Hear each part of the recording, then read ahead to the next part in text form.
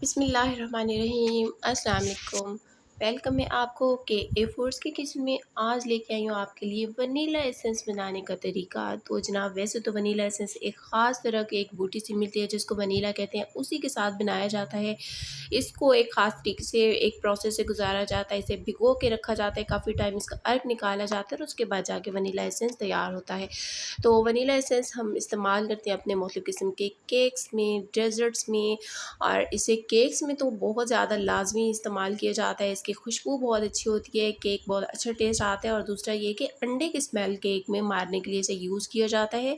तो यहाँ पे आज मैं आपके साथ शेयर करूँगी कि किस तरह से हम वनीला के बग़ैर ही वनीला एसेंस को तैयार कर सकते हैं। इसका अल्टरनेटिव अगर कभी हमें फ़ौरी तौर पे चाहिए और घर में दस्तयाब ना हो तो अगर रेसिपी अच्छी लगे, वीडियो अच्छी लगे तो लाइक ज़रूर कर लीजिएगा, और चैनल पर आप पहली बार आए हैं तो सब्सक्राइब भी कर लीजिएगा, बेल बटन भी दबा दीजिएगा ताकि मेरे इस तरह की हर यूज़फुल वीडियो आपको वक्त पर देखने को मिलती रहे। तो जनाब शुरू करते हैं। यहाँ पे जी मैंने ले ली है कॉफ़ी। जी हम इसको बनाएंगे कॉफ़ी के साथ। तो एक बाउल ले लिया है और बाउल में एक छोटा चम्मच मैं डाल रही हूँ कॉफ़ी का, और साथ ही यहाँ पर यही वाला छोटा चम्मच 1.5 चम्मच इसमें हम चीनी का शामिल कर लेंगे।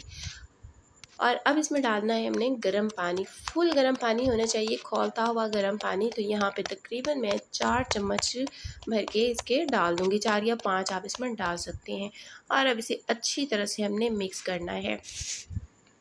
तो वनीला एसेंस जो होता है अंडे की स्मेल को ख़त्म करने के लिए होता है। तो वैसे हम अंडे की स्मेल ख़त्म करने के लिए शहद का इस्तेमाल भी कर सकते हैं, और अच्छी तरह से अगर अंडों को बीट कर लिया जाए तो वैसे वो भी स्मेल नहीं आती। मैं तो जब बनाती हूँ तो कभी स्मेल नहीं आती अंडे की अगर वनीला एसेंस ना भी डालूँ तो। अच्छा, अब यहाँ पे मैं बाउल इसलिए चेंज कर रही हूँ, वाइट बाउल में डाल रही हूँ ताकि आपको सही से इसका जो कलर और कंसिस्टेंसी है वो दिखाई दे। और यहाँ ये जो कॉफ़ी वाला हमारा एसेंस तैयार होगा, इसका रिज़ल्ट क्या होगा ये मैं आपको थोड़ी देर बाद आगे चल के बताने वाली हूँ।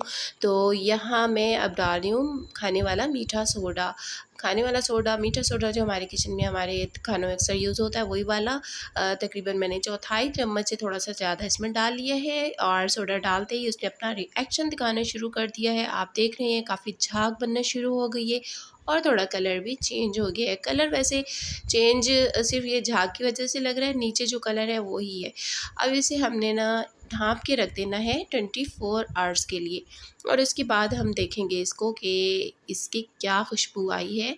और ये हमारा वनीला एसेंस के अल्टरनेटिव जो हम होममेड अपना वनीला एसेंस तैयार कर रहे हैं उसकी कैसी खुशबू आती है। तो देखते हैं 24 घंटे के बाद। तो जनाब यहाँ पे हो चुके हैं 24 आवर्स, और हम देखते हैं कि हमारा वनीला एसेंस रेडी हुआ या नहीं। खुशबू तो बहुत ही अच्छी आ रही है, कॉफ़ी से मिलती-जुलती खुशबू है, वैसे बहुत अच्छी खुशबू है, लेकिन वनीला एसेंस जैसी फिर भी नहीं है। तो इसमें मैं क्या ट्विस्ट देने वाली हूँ, यहाँ पे मेरे पास है वनीला एसेंस पीएफसी का। ये बहुत ही स्ट्रॉन्ग खुशबू है इसकी। तो इस तरह का कोई भी अगर आपके पास वनीला एसेंस की खाली बॉटल भी पड़ी है, उसी में ही आप ये डाल लें ना, तो आपका वनीला एसेंस की खुशबू एक नया कॉफ़ी के साथ मिलके बहुत ही अच्छे से खुशबू तैयार हो जाएगी। तो 2-3 ड्रॉप्स मैंने इसमें इसके डाल लिए हैं, और अब आप यकीन कीजिए इतनी ज़बरदस्त इसकी खुशबू आ रही है कि बस ना ही पूछिए। यहाँ पे एक खाली छोटी वनीला एसेंस की खाली बॉटल में मैं इसको डाल के हम इसे महफूज़ कर लेंगे। और यकीन कीजिए बहुत ही प्यारी खुशबू है, बहुत ही ज़्यादा। कॉफ़ी और वनीला एसेंस के 1-2 ड्रॉप्स के साथ हमारी 1.5 बोतल वनीला एसेंस की रेडी होगी, और खुशबू बहुत ही प्यारी है। इसको मैंने अपने डिफरेंट जो है रेसिपीज़ में यूज़ भी किया है, और बहुत ही लाजवाब इसकी खुशबू है। तो बस अगर सिर्फ कॉफ़ी से बनाएंगे तो कॉफ़ी वाला ही हल्का सा खुशबू आएगी, अंडे की स्मेल फिर भी नहीं आएगी। लेकिन अगर 1-2 ड्रॉप्स आप उसमें वनीला एसेंस के डाल लेते हैं तो आपका एक ज़बरदस्त न्यू खुशबू वाला वनीला एसेंस रेडी हो जाएगा।